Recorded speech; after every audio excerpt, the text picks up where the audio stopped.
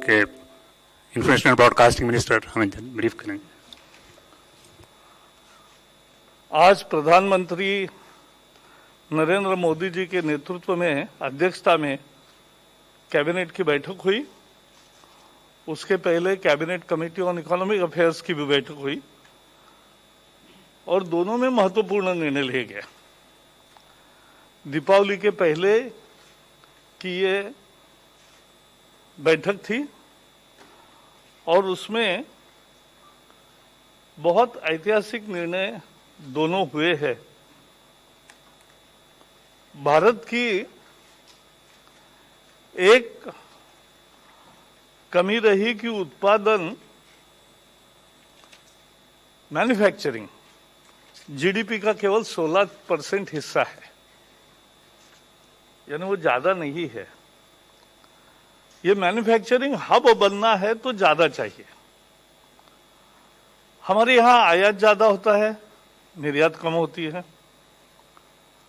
आज तक निर्यात और उत्पादन बढ़ाने के लिए बहुत सारे प्रयास किए गए, लेकिन उसमें ज्यादा सफलता नहीं मिली।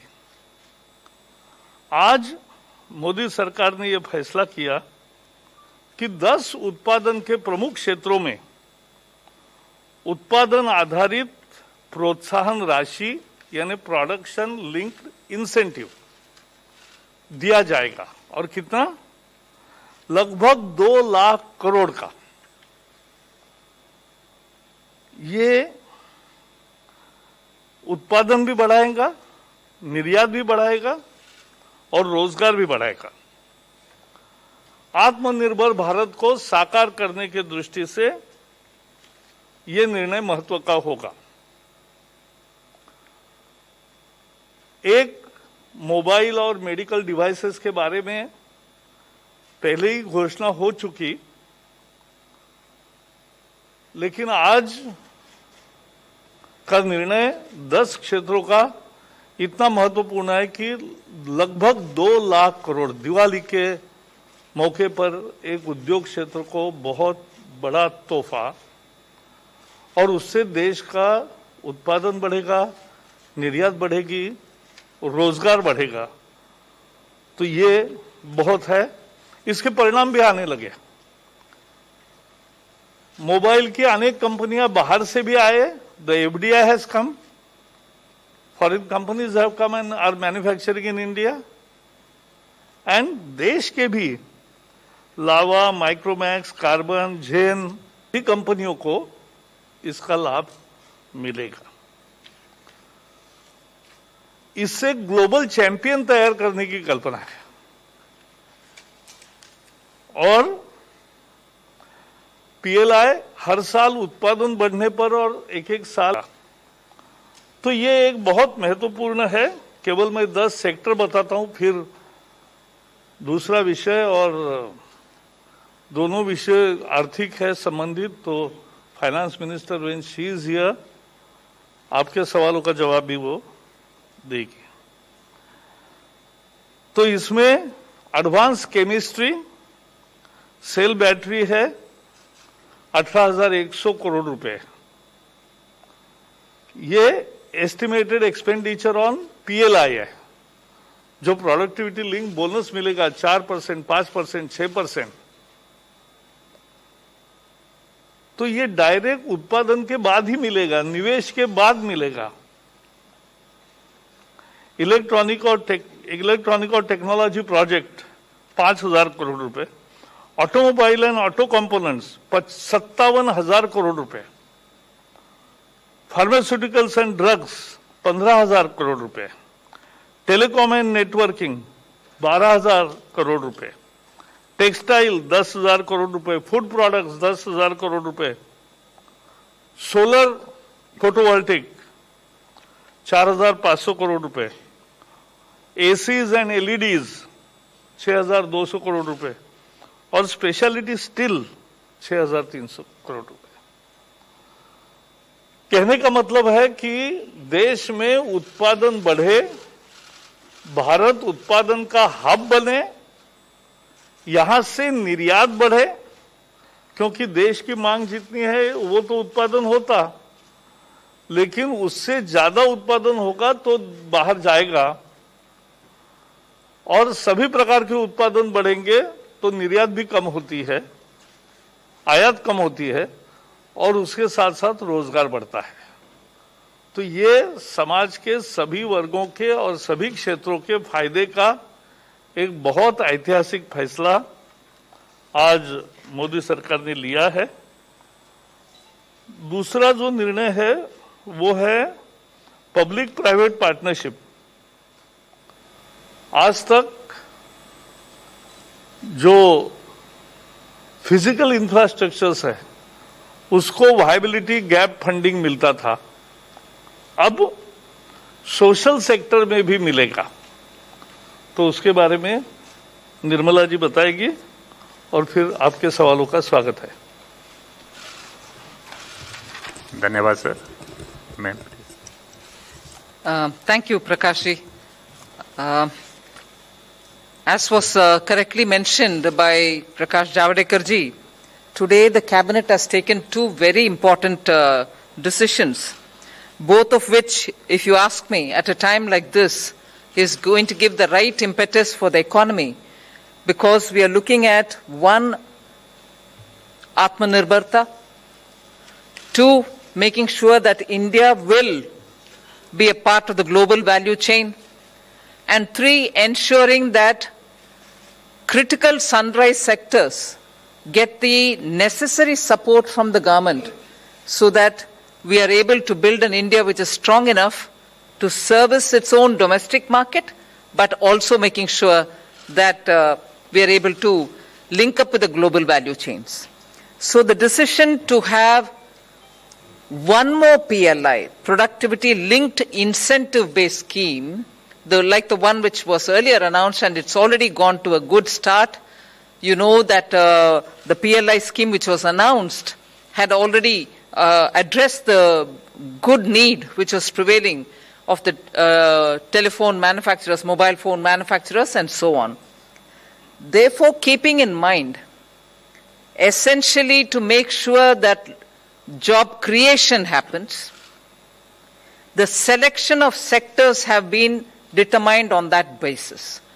Job creation, sunrise sectors, looking at the GVC, getting India to link into the global value chain, and above all, the larger umbrella principle that we have to have self-reliant India. So it also partly answers the question which is frequently asked: does Atmanirbharta mean inward-looking policy? Not at all. We are yet again proving that the policy that we are taking up, even in the PLI, the productivity-linked incentive through which we want manufacturers to come into India, is clearly to say we want to build on our strength, but yet link with the global value chains. So India should become a manufacturing hub, has always been the call of our Honorable Prime Minister.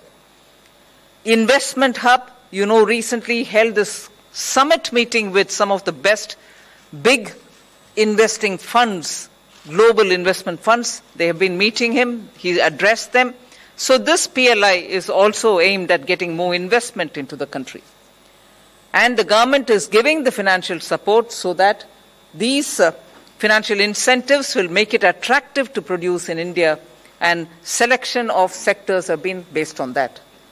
So if you were to look at it from the broad principle of Atmanirbharta, pharmaceutical industry is one of the selected sector. White goods manufacturing, ACs, LED bulbs and things like that, even that is another. A third one is a specialized steel. India has enough capacity to produce in large integrated steel factories, good steel. But there are some specialized steel which we are inevitably importing. So when we give incentive for having a productivity-linked incentive scheme for manufacturing of specialized steel, we expect that our need for specialized steel for producing such commodities which can be both addressing the demand which exists within the country and also aim at exporting such products which require specialized steel. So from the point of view of Atmanirbharta, the selection of these sectors have been pharmaceutical, white goods manufacturing, and specialized steel. But if you were to look at it from the global value chain through which we want our manufacturers to also get into the global value chain, again, pharmaceutical, which gets covered under the Atmanirbharta, is also one. Then you have the solar PV modules, whose production we want to incentivize by giving the PLI. We also have the telecom and networking equipments, for which we'll give PLI. And then, more importantly, manufacturing of automobiles and automobile components. So if you're looking at getting into the GVC-based arguments, these are the sectors which have been chosen for the PLI, which is going to get covered through this announcement.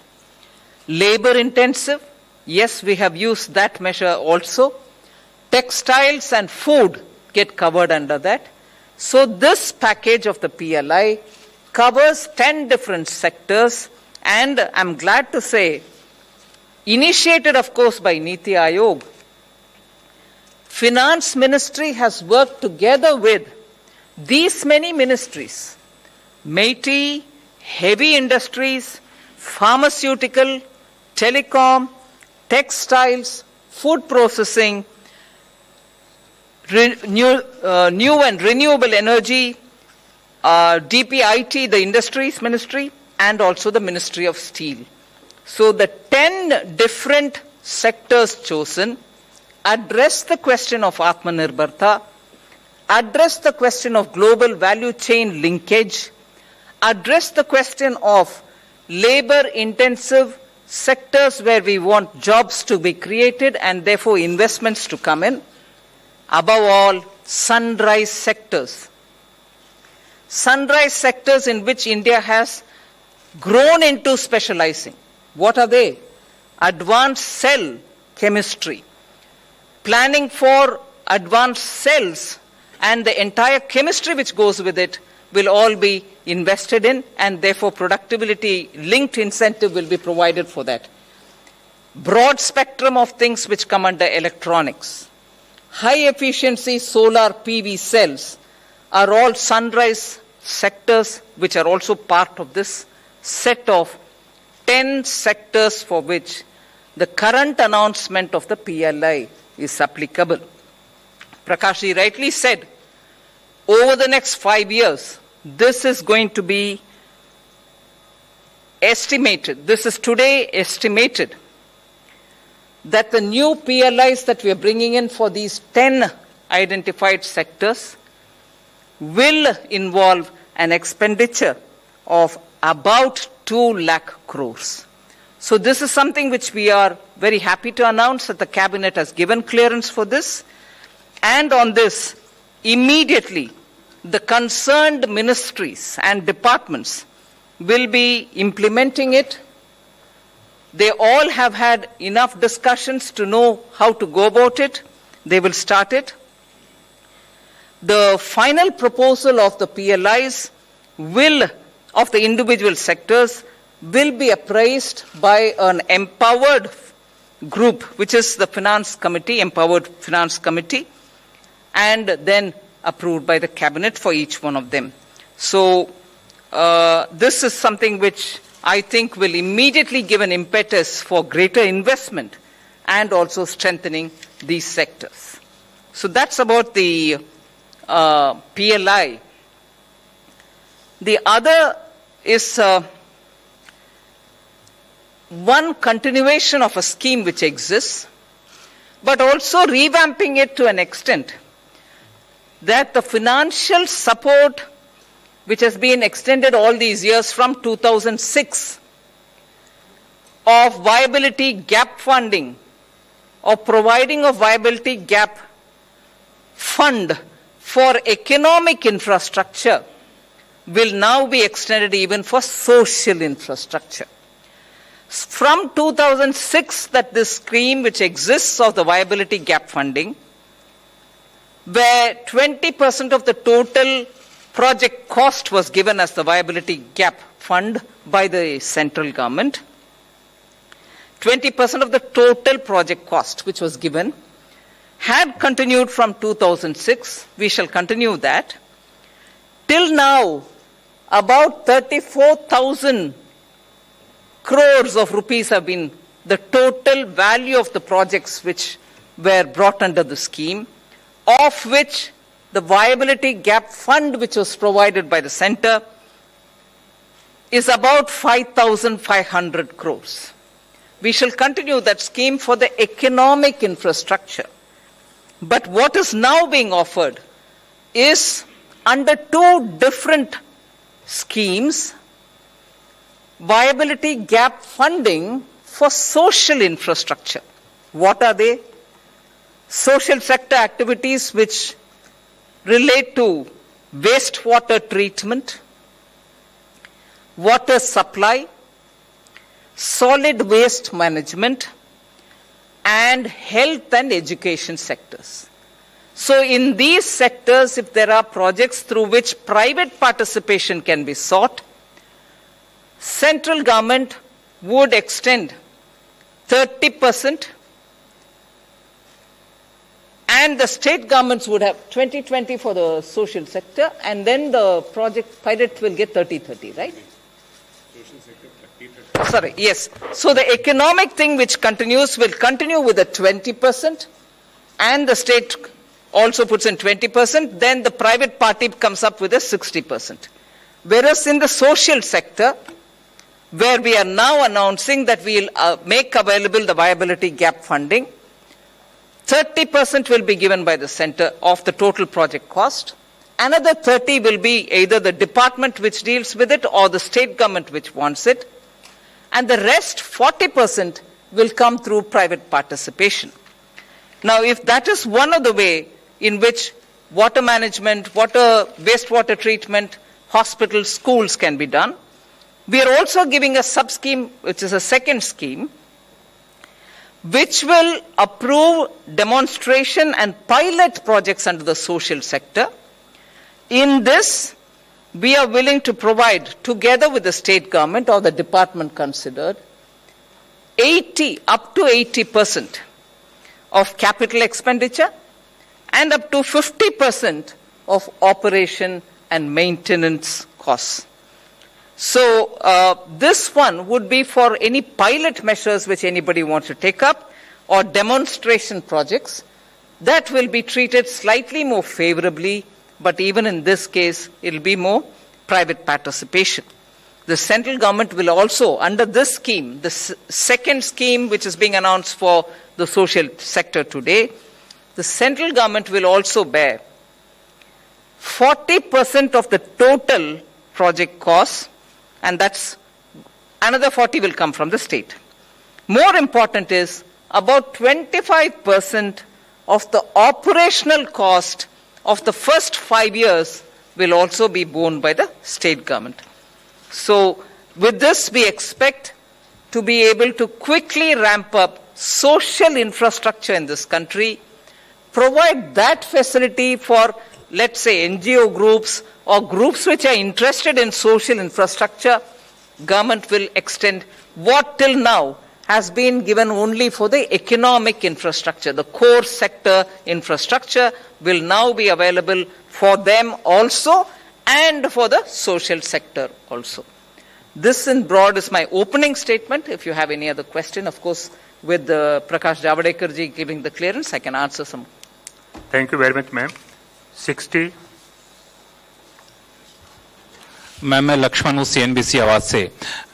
मेरा सवाल यह है कि production linked incentive scheme के तहत जिन 10 sector को incentive दिया जाएगा, इसमें दो केस आ रहे हैं। एक केस तो सपोज करिए कोविड की वजह से उन्होंने प्रोडक्शन अपना होल्ड कर दिया है या फिर नहीं किया है, तो क्या उनको भी मिलेगा, उनका बेस क्या होगा? और दूसरा, कोई नई यूनिट ग्रीनफील्ड प्रोजेक्ट लगा रहे हैं, तो क्या वो भी PLI का फायदा उठाएंगे? और पहले से भी PLI कुछ सेक्टर में है, क्या ये स्कीम उससे अलग है या फिर सेक्टर को इंक्लूड किया गया है? अगर ये 10 जो आज अनाउंसमेंट हुआ सेक्टर्स को बिलोंग करते हैं तो वो अप्लाई कर सकते हैं, बिल्कुल। मगर अगर वो ग्रीन फील्ड है, अभी फ्रेश अप्लाई कर रहे हैं, वो बिल्कुल अप्लाई कर सकते हैं। मगर जो पहले से हैं उसके बारे में वो अप्लाई करने में हमें पता चलेगा कि वो कौन सा कैटेगरी वाले। 22. जावड़ेकर सर, एक सवाल था जो फैसला आपके मंत्रालय ने किया है online news portals. Please focus on the cabinet list. ऐसा है, आपकी उत्सुकता मैं समझता हूं, कल मैं इस पर जरूर बोलूंगा। Ma'am, Rituparna from CNBC this side. You have announced for the 10 sectors then the budget for PLI for the next 5 years, right? So, will there be a limit to the number of companies which can apply for each sector? And if so, if there is an additional requirement, will the government then give additional funds to that particular PLI-related sector? At the moment, we've not capped the number of companies which have to apply. Obviously, once they apply, we'll see what is the offtake is like. Number 9. Parsa here. I just wanted to know, in this production-linked incentives, are there any quantifiable for each sector or for each company? Does it increase or decrease over the years? Are there any what? The quantifying, if some unit comes in a certain sector, what is the kind of incentive you promise? First year so much and the fifth year so much, or is that to be calculated? No, I don't think we've put a year-wise figure on it. Okay. Friends, if there is no more question, I would like to thank the ministers. Thank you very much. Thank you.